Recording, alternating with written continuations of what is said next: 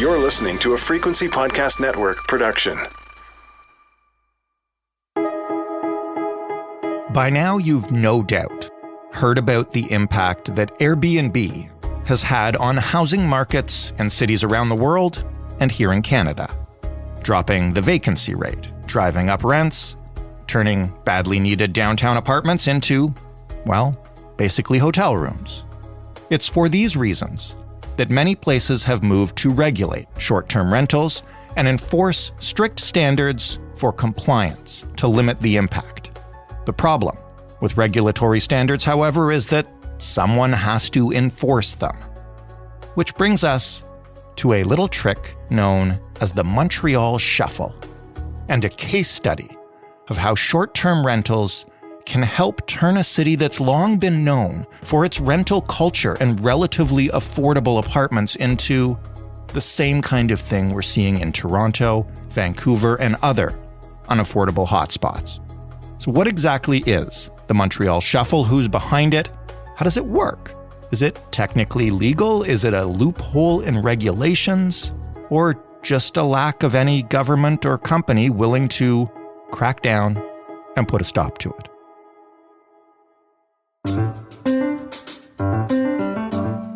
I'm Jordan Heath Rawlings. This is The Big Story. Ethan Cox is the senior editor and co-founder at Ricochet Media, which has done an extensive deep dive into the presence of Airbnb in Montreal. Hey, Ethan. Hi. Why don't you take us back to earlier this year and the old port building that caught on fire in Montreal? I imagine most people kind of remember this. What happened? Well, thanks for asking, Jordan. I think that is a really important piece of the puzzle here to understanding what's going on. So, in Montreal, we have a fair number of fires. We have a lot of older wooden buildings, but it's exceedingly rare that they're deadly. And so what happened at the end of March this year is there was a fire in a building in Old Montreal that ended up killing 7 people. Mm-hmm. And that was very shocking and very upsetting to everyone here. And I think the immediate question in the aftermath was how this could happen, that we have such strong regulations around things like fire escapes, alarms, exits, all of these things. How could this have happened? And so what Zachary Kamal, who's a freelance journalist working for Ricochet on these stories, what he was able to dig up in those immediate hours after the fire was that this building was in fact a ghost hotel, that there were horrendous violations of fire safety happening there that contributed to the deaths, and that the owner of this building was operating it as a ghost hotel alongside as many as 22 other buildings that he owned in the city. First, I need you to define ghost hotel for people who aren't familiar with the term. And then maybe if you could just explain or give us examples of some of the things that were not up to code that may have contributed to the fire being deadly. Sure. So a ghost hotel is basically just a term that we use for what was previously a residential apartment building, what UN officials talk about as purpose-built rental housing that has been turned into a de facto hotel because all or most of the units are being rented out on a short-term basis on a platform like Airbnb. So it's functioning a lot like a hotel, but it doesn't have any of the regulation that a hotel does. And when it comes to safety, that's a real problem. So to go back to the building in Old Montreal that burned down, what we saw in the aftermath of that fire was that there were units that had no exits. There were units that had windows that were nailed shut. There was one couple that was staying there through Airbnb that Zachary spoke to who described how they heard an explosion around 5 a.m. They were trying to get out. They found that their windows were nailed shut. And so they had to smash the window and climb out through jagged, broken glass to save their lives. There was another gentleman who had to jump out of a second-story window because there were not fire escapes. There were not functioning fire alarms, smoke alarms throughout the building. Fire escapes were missing, not there. If you were to write this in a movie script, it would seem too ridiculous, too on the nose, the extent to which every fire code in the book was violated in this building. So what happened in the aftermath then? Was anybody charged? Who was operating this? I imagine the police really dug in here. That's a great question. Obviously, there was a lot of reporting done by us and a lot of other outlets in Montreal. So there was a lot of information there for public authorities. A massive lawsuit has been filed against Emile Benamor and the operator of the Air BnB by the parents of one of the people who died. Okay, so just a quick note here. The class action was commenced against the building owner, Emile Benamor, the owner of the short-term rental units, Tariq Hassan, and Air BnB. The lawsuit claims that all three were negligent. None of the plaintiffs' allegations have been proven. In a media interview, the building owner's lawyer said the building was up to code and the unit owner declined to comment. To date, there is no indication of charges or arrests or anything like that. One hopes those are coming. I wouldn't say I have a great deal of confidence that they are, but we're within an amount of time where it may simply be that the investigation is ongoing and hasn't yet concluded. In general, and this is the reason that we wanted to talk to you today, is because of your work on this all across the city. We've described a specific example here. How big are ghost hotels and short-term rentals in Montreal? Can you give us a sense of the scale of what we're looking at here? Yeah, so prior to that fire I was talking about, there were about 13,000 short-term rentals listed on Airbnb in the city of Montreal. Right now, there are about 9,000 Airbnb listings in Montreal, and of those, only about 5,500 or 6,000 are short-term rental Airbnbs. And so what you're seeing there is a lot of pullback from people who have the ability to take their units off the market, sort of trying to weather out the storm and see which way things are going, trying to avoid getting fines.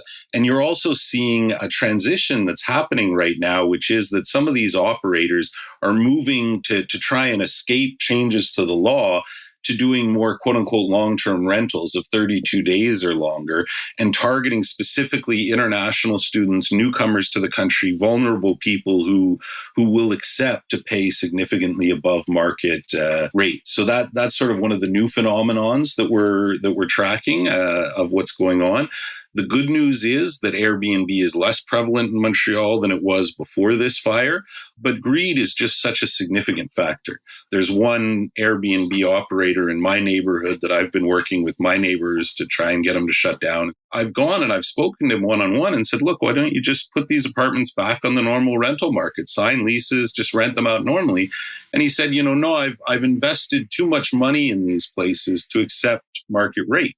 And in my neighborhood, market rate has doubled in the last 5 years. Mm-hmm. So at a certain point, you have to wonder, like, how much is enough? Like, you could rent out at the normal market rate and you'd still be making a fortune because you've owned these buildings for years. The rents are just going through the roof normally, but you just have to make that extra buck by exploiting international students, by putting stuff out illegally on the short-term rental market.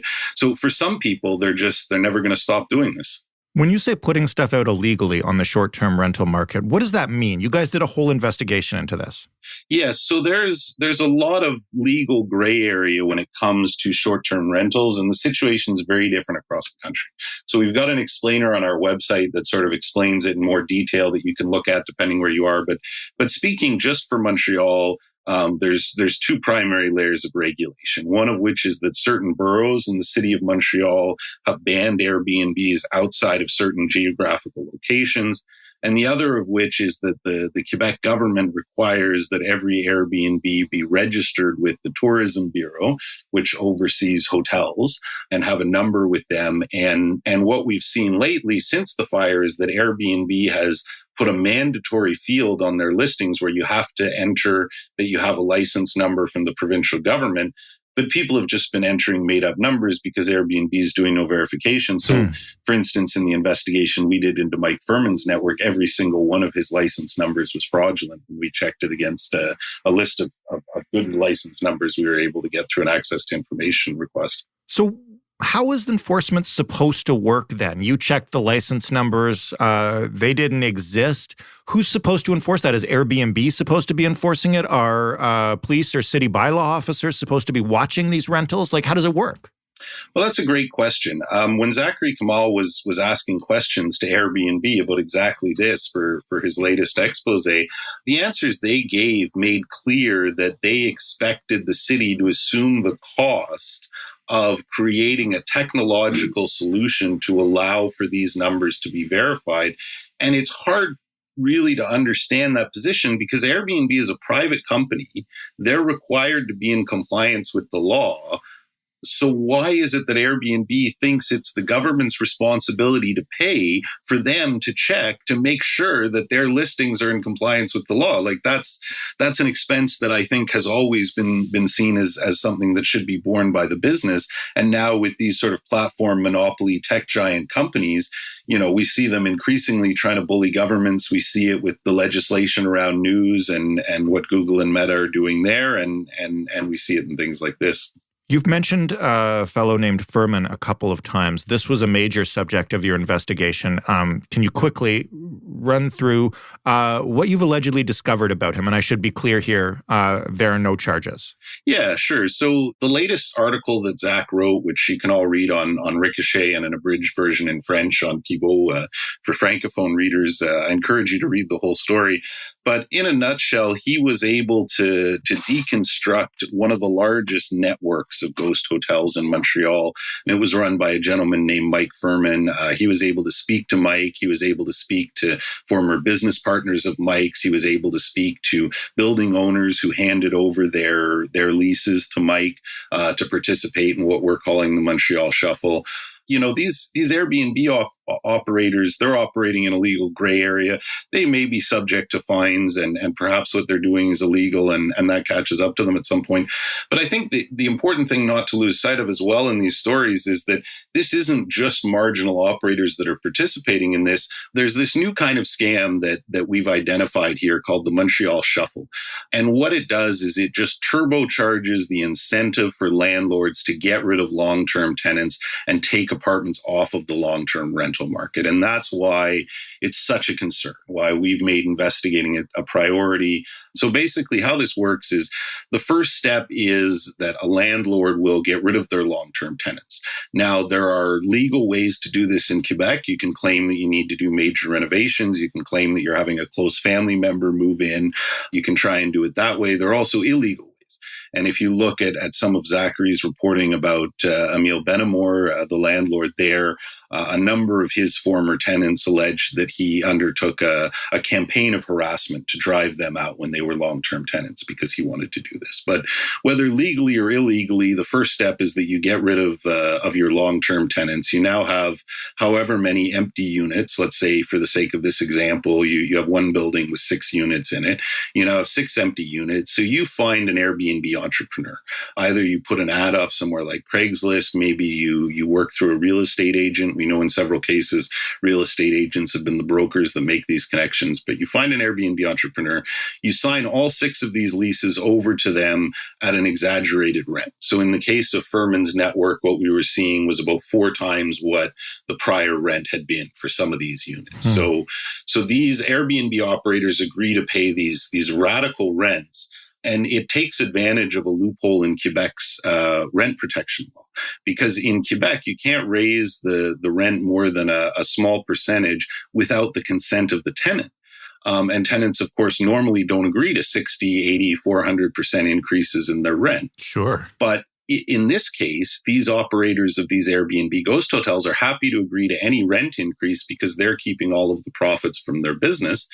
And the landlord not only quadruples his monthly revenue, he also sees a huge increase in the value of his building because now he's got a building filled with tenants who are ostensibly paying 4 times as much in rent. And that means that the value of his building when he sells it or when he borrows against it is that much higher. So this is the basic outline of the Montreal Shuffle. And what we're seeing is that it's extremely profitable for the owners. They're able to massively maximize their profits. These Airbnb entrepreneurs are able to come out of nowhere and make money hand over fist.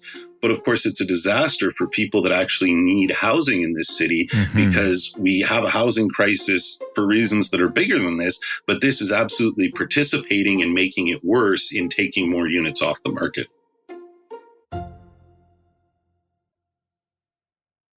what else exists that is or isn't working to try to keep these units in the actual rental market or prevent these crazy markups? Or like when you say it's a legal gray area, tell me maybe how the province has tried and I guess from talking to you failed to prevent this kind of thing.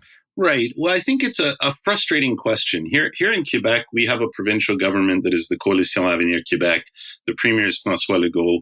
And this is a populist, center-right government. And so I think here they're torn between two impulses, one of which is a populist impulse to do something about something that is an irritant to the population. And the other is a contrary impulse to serve the interests of property owners and investors, because those are the type of business people that the government sees itself as naturally allied with. And so, on the one hand, the government is introducing new legislation that will increase fines for short-term rentals. There's some good stuff in that legislation. So there are some halting forward steps that we can see being taken on short-term rentals. But at the same time, in that same legislation, the government is getting rid of one of the most important forms of rent control that exists in this province, because in the absence of proper rent control, we have rent control that goes away when you move. And so to combat that, people in Quebec have taken advantage of a provision in the law that allows you to transfer your lease. So if I want to move, I can find somebody else who has a good rent in an apartment where I want to move to, and I can trade them my lease for theirs. We transfer the leases to each other. And so this has been an important tool in the toolkit of tenants in keeping rents low, is to transfer their leases rather than return them to the landlord. And the government is in the process of doing away with that. The minister in charge of housing is a former real estate agent, and actually, coincidentally, Zachary Kamel and Sam Harper, reporting for Ricochet and Pivot, were the first to report on a number of meetings that the minister had after she came into office with former business partners that may have been violations of conflict of interest rules. So, on the one hand, some stuff is happening at the provincial level. On the other hand, it's hard to have a lot of confidence in a housing minister who's made clear over and over again that she sees herself really as more a representative of property owners than of renters, and who's actually trying to dismantle the weak rent control that we have, rather than doing what all of the community groups we talk to, all of the NGOs that we talk to say is needed, which is to strengthen rent control. What about the actual short-term rentals themselves that are created from these units that we're talking about? Are they one per unit? What are they like? Who rents them? Like, I'm trying to get a sense of what the landlords do to them. That's a great question. There's a wide variety. There are some, high-end rentals that are included in rings like this. The one next to me, they're in very good shape. So when he's saying he put a lot of money in there, I believe that that's true. He's got about 20 buildings. His thing is having ones that are in good shape.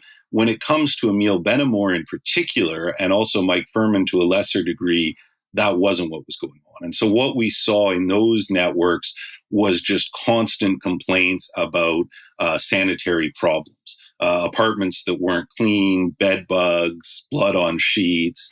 Clearly, these were big operations rolling over a lot of apartments and doing absolutely the bare minimum when it came to maintenance or safety or anything like that. We saw with tragic consequences in the case of Emile Benamor. In fact, one of the points in this investigation that I think really drove things home for me was that one of the buildings that Emile Benamor owned is across the street from me. And I was having breakfast with Zachary Kamel, the journalist, and one of our sources. And while we were sitting there at breakfast, we were sent by a source who had been tricked into staying in the basically rooming house that Benamor was running out of this building across the street, a video from him that just showed sewage backing up into his basement apartment to the point where there was a foot of sewage on the floor throughout the whole apartment. There was water leaking through the ceiling.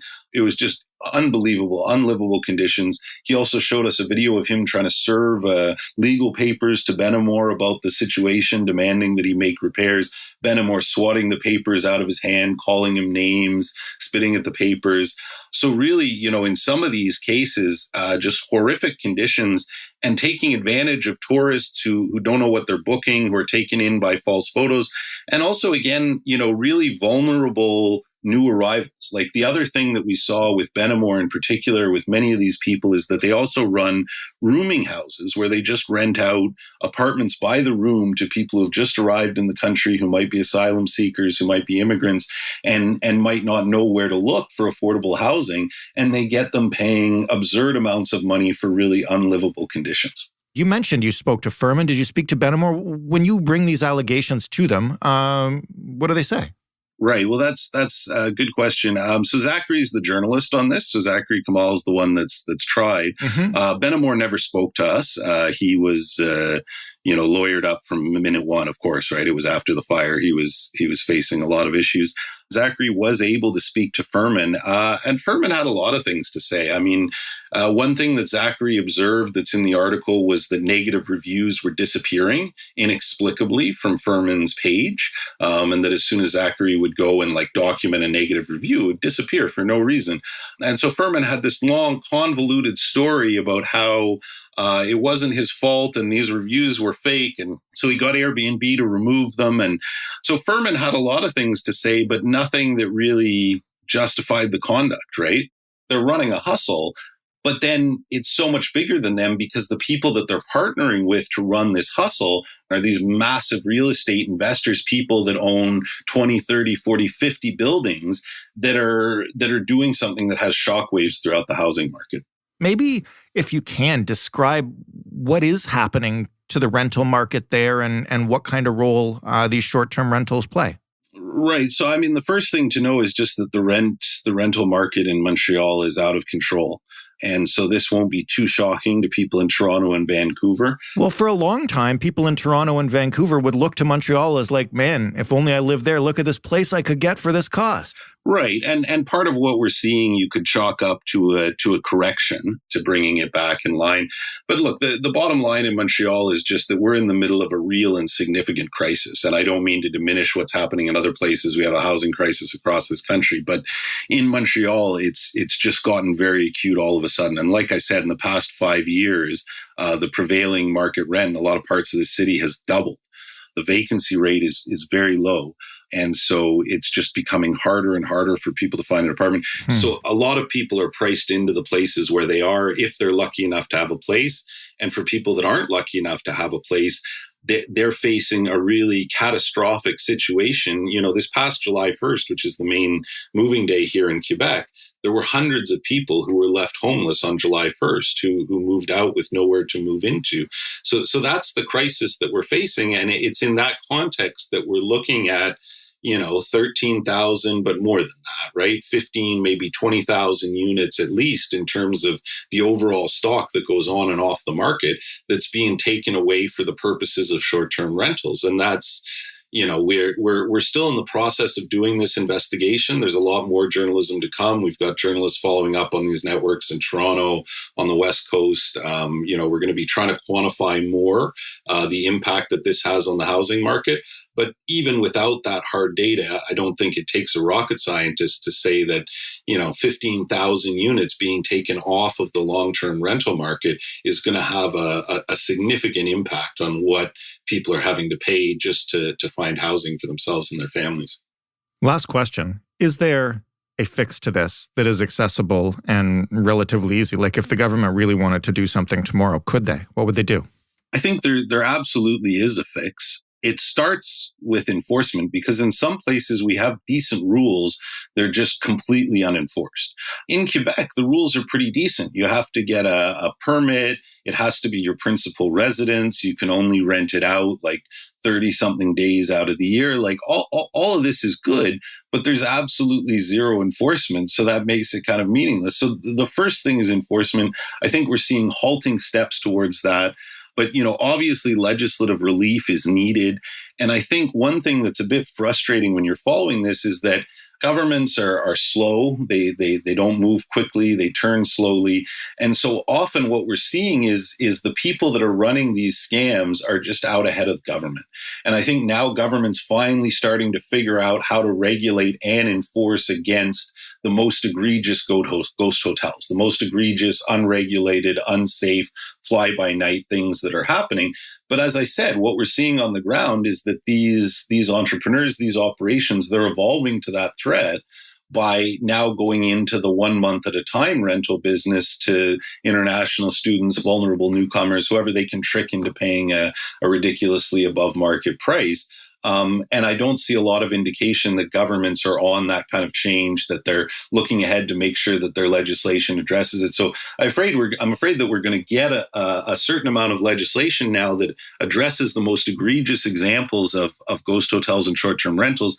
But I'm afraid that legislation won't necessarily be looking ahead at how this industry is evolving and what government has to do to make sure that it's regulated and under control and not having this devastating effect on people's ability to house themselves. Ethan, thank you so much for this and for the work you guys are doing. If somebody wants to help you continue this investigation, where should they go? Thanks so much. So I'd recommend that everybody start by going to ricochet.media. You can search Zachary Kamal and Ricochet Media and see all of the stories he's written on this. It's an incredible archive. The second thing is that we're running a crowdfunder to support this journalism. We've hired 4 journalists across the country. They're producing investigative journalism in English and French. If you'd like to help support their work, you can search Investigating Air BnB on GoFundMe, or you can look on Ricochet Media on all of our stories, all of Zach's stories. There's a link to that crowdfunder. So this is the type of investigative journalism that is not profitable. It's what you might call a money pit, and that's why we exist as a nonprofit media outlet. Is to do stuff that isn't profitable, but we're dependent on the support of readers like you to actually put the money together to do it. Well, thanks so much for giving us some of your time and walking us through this. Thank you so much for having me. And again, just all credit to Zachary Kamal. He's an incredible investigative journalist, and he's driven incredible work on this project. So I hope everybody will remember his name. Ethan Cox, senior editor and co-founder at Ricochet Media. That was The Big Story. Joseph Fish is the lead producer of The Big Story. Robin Simon is a producer. Our sound design work is led by Ryan Clark. Stephanie Phillips is our showrunner. You can find us on Twitter at The Big Story FPN.